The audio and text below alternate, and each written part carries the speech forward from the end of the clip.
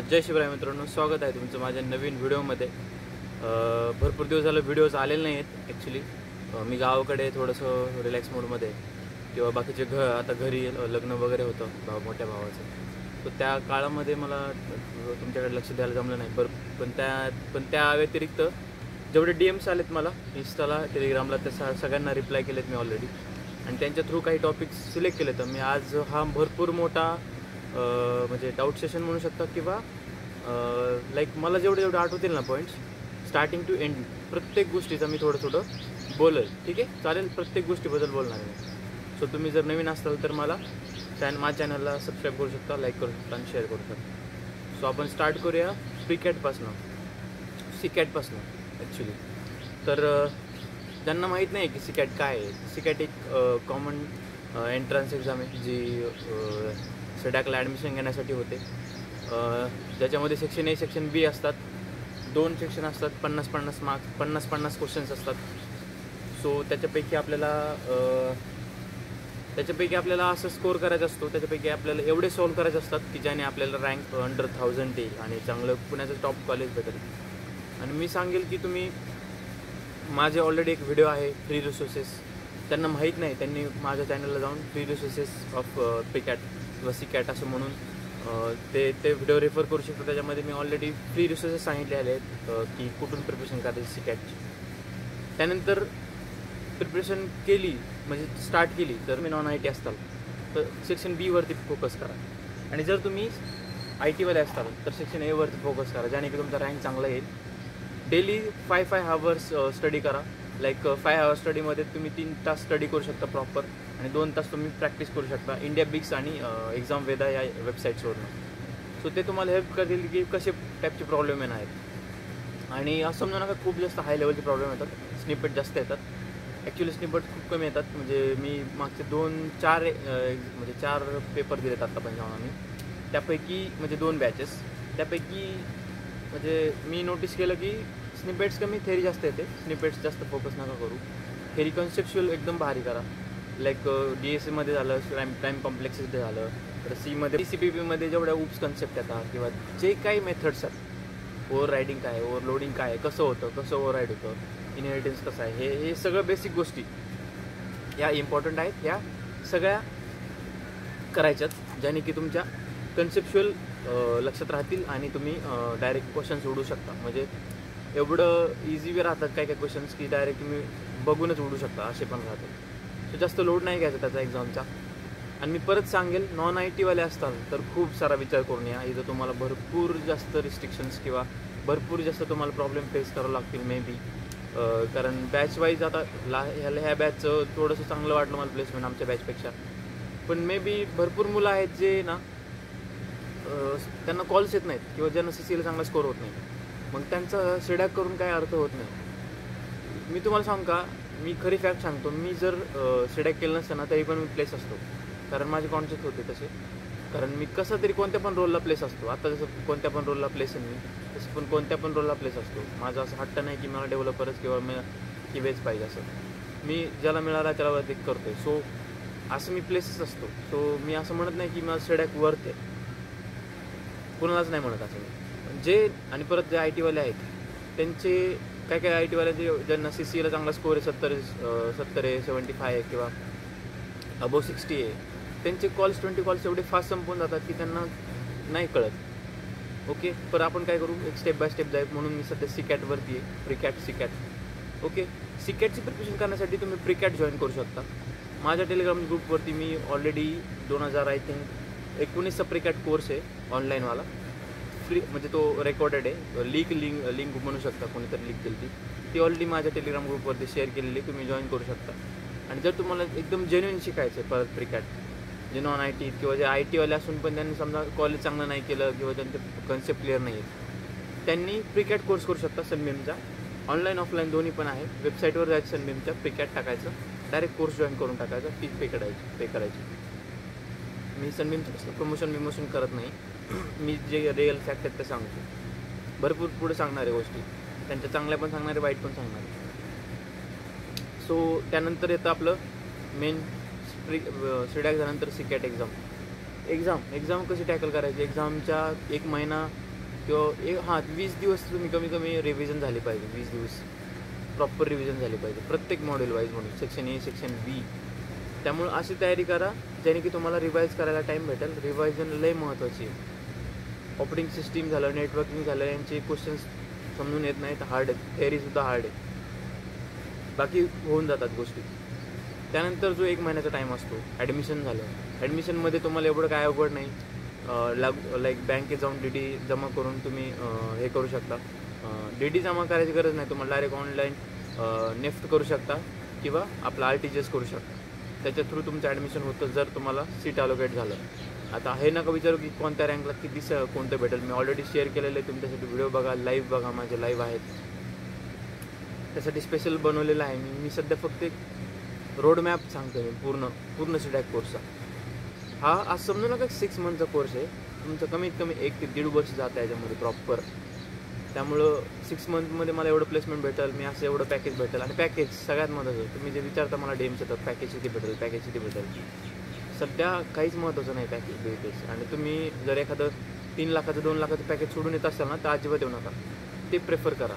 ते एवढं हार्ड आहे ना, इथं कसली गॅरंटी नाही. इथं तुमचं लक खूप जास्त मॅटर करतं. पुढं सांगतो मी गोष्टी. 1 महिन्याचा टाईम असतो, त्याच्यामध्ये तुमचं ॲडमिशन वगैरे होतं. एवढं काय विशेष असं लागत नाही. तुमचे प्रत्येक सेमचे मार्कशीट लागतात. तुमचं फक्त जे डिग्री पासआउट सर्टिफिकेट तेवढं लागतं, बाकी काही वेगळं लागत नाही. 10वी 12वी एवढं लागतं. त्यानंतर तिथं जाऊन ॲडमिशन प्रोसेस असते, एवढी काय हार्ड नसते, सिम्पल होऊन जातं. बाकी खाण्याचं ते सगळं तुम्ही बघून घ्यायचं, एरिया वाईज, कॉलेज वाईज. ते काय एवढं नाही. सनबीमबद्दल बोलायचं झालं तर समजा सनबीमच्या हिंजवडीमध्ये किंवा फेज 2, फेज 1, फेज 3मध्ये भरपूर अवेलेबल आहेत PGs, कॉटेज. त्यानंतर लक्ष्मी चौकात पण अवेलेबल आहेत. त्यानंतर आकुर्डीमध्ये झालं तर आकुर्डी म्हणजे ISSDबद्दल बोलायचं झालं तर ISSDमध्ये तर भरपूर फॅसिलिटी अवेलेबल आहेत. तिथं जेवण वगैरे सगळं चांगलं आहे.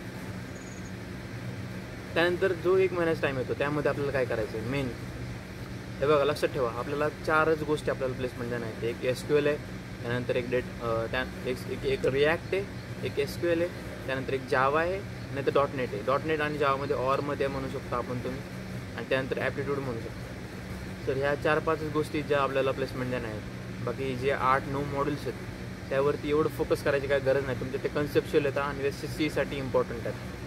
त्यामुळे ते फक्त कन्सेप्ट म्हणून शिकायचा.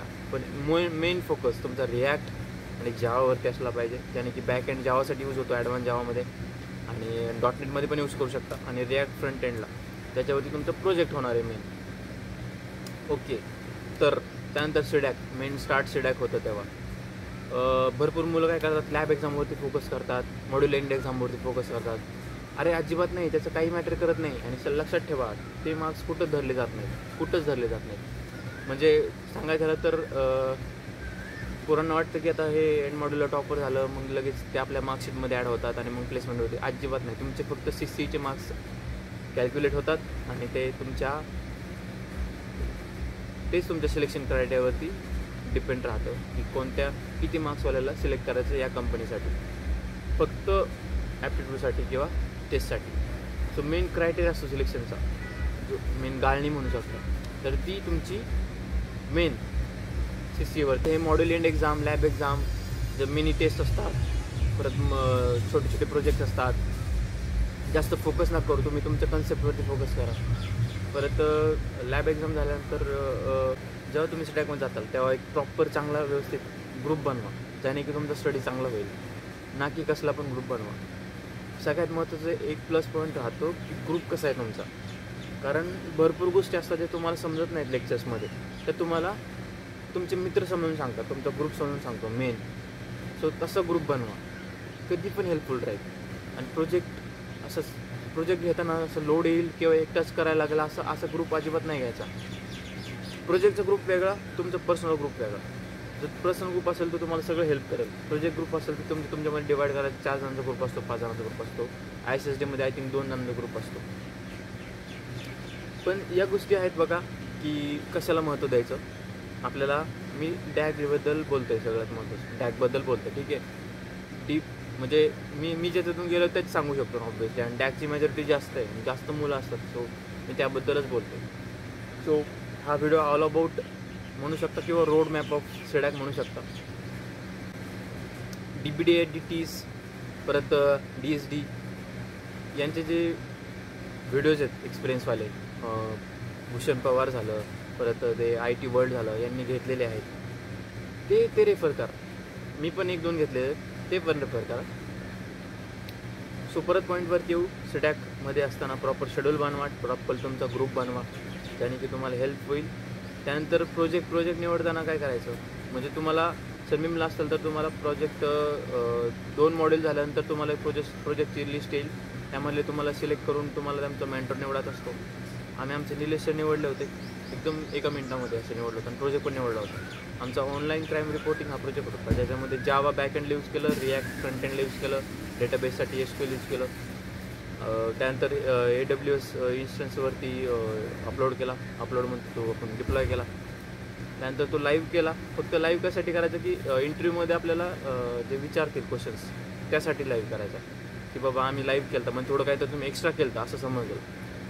त्यासाठी आणि त्यासाठीच फक्त तुम्हाला प्रोजेक्ट EC2 इन्स्टन्सवरती लाईव्ह करायचा आहे किंवा डिप्लॉय करायचा आहे. सो महत्त्व झालं प्रोजेक्ट. आणि मेन म्हणजे लई पण टाईम वेस्ट नका करू. सनबीममध्ये असताना तुमचं सगळं होऊन जाईल, टेन्शन नाही घ्यायचं. तुमचं मेन CCAवरती फोकस करा. CC किती इम्पॉर्टंट आहे. तुमचं लॅब एक्झाम झालं, मॉड्युलिंग एक्झाम झालं, हे डोक्यातून काढून टाका, हे महत्त्वाचं नाही आहे. तुम्ही CCसाठी फोकस करा. CC खूप जास्त इम्पॉर्टंट आहे. प्रोजेक्ट परत चांगलं सांगतो आहे मी, तुमचा चांगला मेंटर निवडा.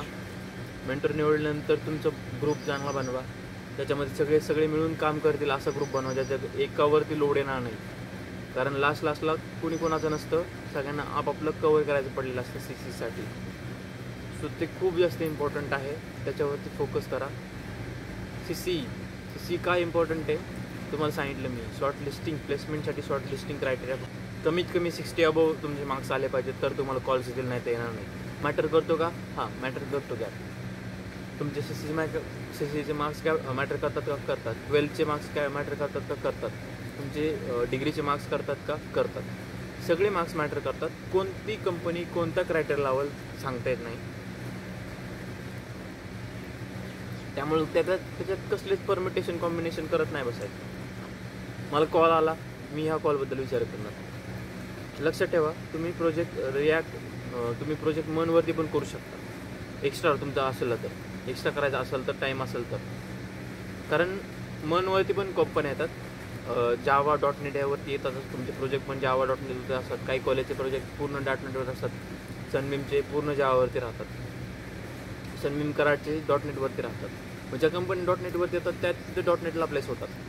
सो अशा गोष्टी आहेत. पण रिॲक्टवरती येतात, अँग्युलरवरती पण येतात, जे आपल्याला सिलेबसला नाही ते पण. परत तुम्हाला सांगतो CC किती हार्ड आहे. CCबद्दल बोलायला झालं तर CCला असं प्रेडिक्ट करू नका की थेरी येते. CCला तुम्हाला सांगतो, CCला जे MCQ राहतात ना, मेन स्निपेट, आता DBT झालं, जावा झालं, CPP झालं, यांचे एवढे मोठाले MCQ येतात ना, की एवढे पॅरेग्राफवाला एक MCQ असतो. MCQचा ऑप्शन असतो, फक्त ऑप्शन असतो. असे 4 ऑप्शन्स असतात, त्याच्यातून आपल्याला निवडायचे असतात. आपण काय करू शकतो, जागा भरू शकतो. पण समजा आपल्याला सांगितलं की हा कोड कोणता कोड बरोबर, तर त्याच्यामध्ये कन्फ्युजन होतं. आपल्याला कळते तुम्हाला. लाईक एक लिंक लिस्ट आहे, त्याचा आपल्याला त्याच्यामध्ये एक नोड ॲड करायचा आहे. त्यासाठी काय कोड राहील, असे 4 कोड देतात. 4 कोड का देतात? त्यासाठी कन्फ्युजन करण्यासाठी. आपल्याला एवढे मोठे कोड वाचण्यातच टाईम जातो ना, मग त्याच्यामुळे आपल्याला कमी अटेम्प्ट करू शकतो. त्यामुळे CPP, जावा, DBT, .NET हे सगळ्यात हार्ड स्निपेट्स येतात त्याच्यामध्ये. आमच्या बॅचमध्ये जवळजवळ 40 जणांचा जावा राहिला होता, जावा बॅकला होता CCचा, आणि .NET पण. सो DBT सगळ्यात हार्ड आला होता. DBTमध्ये आपल्याला वाटतं की क्वेरी, आपल्याला काय वाटतं थेरी येईल, पण ॲक्च्युली सब क्वेरीज एवढ्या येतात, एवढे जॉईन्स येतात की टाईमच मिळत नाही. जवळजवळ आता समजा 40 क्वेश्चन्स आहेत. 40 क्वेश्चन्समधले कमीत कमी आपण 25 आणि 30 स्निपेट्स यावा. 30 एवढे, म्हणजे आमच्या बॅचला 30 स्निपेट्स, फक्त 12 थेरी, 10 थेरी, म्हणजे एवढं. ते आणखी सनबीममध्ये आहात तुम्ही तर तुम्हाला 2 बॅच असतात, बॅच 1, बॅच 2. मग एका बॅचला एक पेपर इझी येतो, एक पेपरला एक पेपर हार्ड येतो. सो याच्यामध्ये असं लाईक नॉर्मलायझेशन वगैरे काही नसते, हार्ड येऊन जातात. सो म्हणायचं झालं, माझा पॉईंट काय आहे की तुम्ही थेरीवरती फोकस करताल, कन्सेप्टवरती फोकस करताल खूप मोठमोठाले, तर ते कळून जात नाही आपल्याला आणि टाईम मिळत नाही. सो ते महत्त्वाचं आहे, त्याच्यावरती पण फोकस करा ज्याने की तुमचा स्कोअर चांगला येईल. मध्ये मध्ये जे तुमचे इव्हेंट्स होतात त्याच्यामध्ये जास्त पार्टिसिपेट करावं असं म्हणत नाही मी. सनबीममध्ये सगळे इव्हेंट्स होतात त्याच्यामध्ये पार्टिसिपेट करा, नाही तर नका करू, पण थोडा एन्जॉयमेंट असला पाहिजे, थोडं रिलीफ भेटलं पाहिजे. परत जे तुमचे छोटे छोटे इंटरव्ह्यू होतात मध्ये मध्ये, त्याला जास्त जज होऊन नाही घ्यायचं.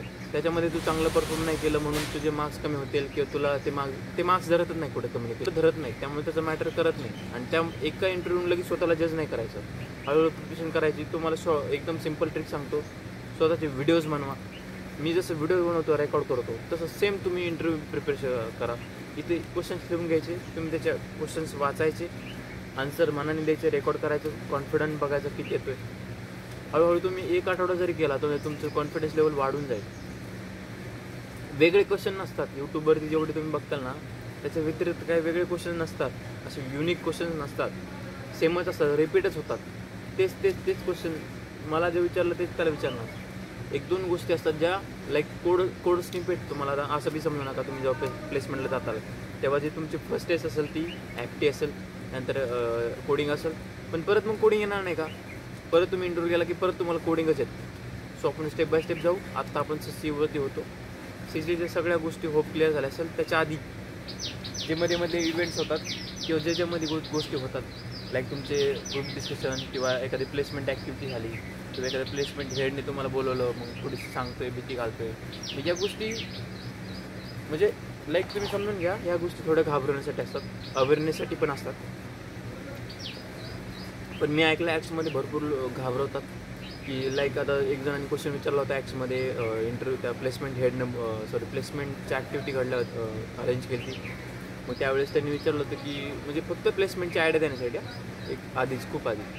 मग त्याने विचारलं होतं की मी नॉन IT आहे, मग मला कॉल्स भेटतील का. तर मग तो म्हणला होता की तू आला कशाला, नॉन IT तर आला कशाला, तुला माहीत नाही किती अवघड आहे नॉन ITचं. सो असे घाबरण्याच्या गोष्टी करतात सगळे. ते शाणे नाहीत कुणीच, खरं सांगतो मी तुम्हाला. सनबीमवाले नाहीत, ते IXवाले नाहीत, ISSDवाले. म्हणजे ISSDचे प्लेसमेंट हेड फॅकल्टी मला ऐकून आहे की मी चांगली आहे, ती खूप जास्त सपोर्टिव्ह आहे. सो त्या बाबतीत प्लस पॉईंट त्यांचा आहे. पण बाकी सनबीम बद्दल मला एवढं आवडलं नाही. खरं ते घाबरवतात गोष्टी, भरपूर गोष्टी असं पॅनिक करण्यासाठी करतात. अरेंजमेंट कशी असते त्यांची. आणि ॲक्च्युली जेव्हा तुम्ही प्लेसमेंटला जाताना तेव्हा पण जे ॲक्टचे प्लेसमेंटवाले असतात मेन, ते पण तुम्हाला एवढं चांगलं बिहेव करतील असं नाही. खूप रूड बिहेवियर, त्यांचं खूप जास्त रूड बिहेवियर असतं. म्हणजे तिथं तुम्ही जर थोडंसं तरी बोलला तर तुमची ID काढून घेतात आणि तुम्ही पुढच्या पेपरला बसू शकत नाही. मग परत तुम्हाला दुसरी ID जमा करण्यासाठी एक अर्ज लावावा लागतो आणि मग तो तुमची CCPP ID असते त्याच्यावरती तुमचं प्लेसमेंट सगळं चालतं. ते प्लेसमेंट ॲक्टिव्हिटी असतात, त्याला जास्त घाबरून जायचं नाही, त्याची जास्त आवाक्यात पण यायचं नाही, म्हणजे त्याला जास्त व्हॅल्यू द्यायचं नाही. सध्या CC, सध्या कन्सेप्ट, कोड स्निपेट, प्रॅक्टिस हेच महत्त्वाचं. असाइनमेंट्स सगळ्याच करत बसू नका. 2-4 करा, 4-5 ज्याने इथून थोडं हँड्स ऑन होईल, तुम्हाला कन्सेप्ट कळतील. तुम्ही आत्तापासूनच पॅटर्न प्रिंटिंग, स्टार्ट प्रिंटिंग असतात बघा, ते पॅटर्न प्रिंटिंगची प्रॅक्टिस करा, ज्याने की तुम्हाला लॉजिक समजेल. मेन इझी लेवलचे कोड स्निपेट्स आपल्या जेवरती आहेत, लीड कोडवरती आहेत, ते प्रॅक्टिस करायला सॉल्व करायला स्टार्ट करा, ज्याने की तुमचं हळूहळू लॉजिक बिल्ड व्हायला सुरू होईल. कारण मेन तेच आहे, कोडिंग मेन आहे. DSA चांगला करा, मेन सगळ्यात महत्त्वाचं तेच आहे. ते जर नाही झालं तर तुमचं प्लेसमेंट म्हणजे तुम्ही पुढे जाऊ शकणार नाही. एकच टेस्ट आहे ती पूर्ण करू शकणार नाही. आणि प्लेसमेंट सुरू होते, CC झाल्यानंतर तुमचा प्रोजेक्ट असतो. प्रोजेक्टवरती टाईम वेस्ट करू नका, प्रोजेक्ट पटकन करून घ्या. तुम्ही फक्त चांगलं इम्प्लिमेंटेशन दाखवा, मी केलं एवढं, टेक्नॉलॉजी जास्त दाखवा, स्टॅक जास्त वापरा. एक्स्ट्रा काय केलं मी ते सांगा, प्रॉपर एक्सप्लेन करता आलं पाहिजे तुम्ही काय केलं आहे. लाईक API लिहायला होतात तुम्हाला, API तुमच्या लक्षात पाहिजे. कंट्रोलर हे ते सगळं, म्हणजे तुम्ही जेव्हा जावामध्ये ॲडव्हान्स जाताल तेव्हा तुम्हाला कळत की मी एवढे कंट्रोल लिहिले, एवढे पेजेस डिझाईन केले Reactमध्ये. So front and back end दोन्ही पण तयारी ठेवा.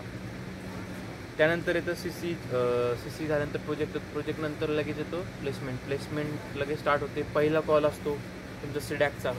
जे ENTCवाले आहेत, जे इलेक्ट्रिकलवाले आहेत, CSITवाले आहेत, सगळ्यात पहिला कॉल असतो CDACचा.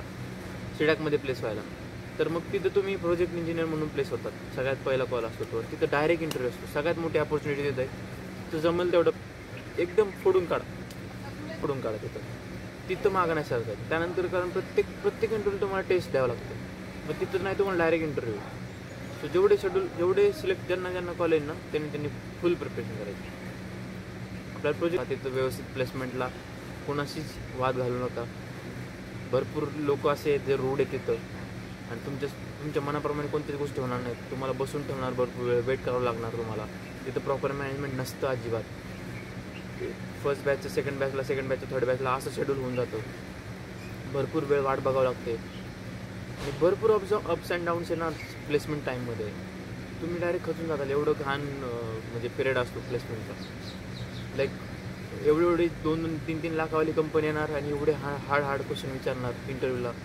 वाटणार यार मी कशासाठी, म्हणजे नाही म्हणा सरळ तुम्ही असं, म्हणजे प्लेसमेंट म्हणजे नको, अनप्लेस करण्यासाठी तुम्ही कंपनी आणता का असं पण वाटतं. तर मग प्लेसमेंट झालं त्यानंतर येतं म्हणजे प्लेसमेंटमध्ये समजा तुमचा जो शेड्यूल असेल तो फिक्स ठेवा. त्यात जे प्लेसमेंट हेड असतात किंवा जे प्लेसमेंट तुमचा जो असतो TPO असतो ते सगळे चांगले भेटतील असं नाही. त्यामुळे तुम्हाला एवढी हेल्प भेटेल असं नाही आहे.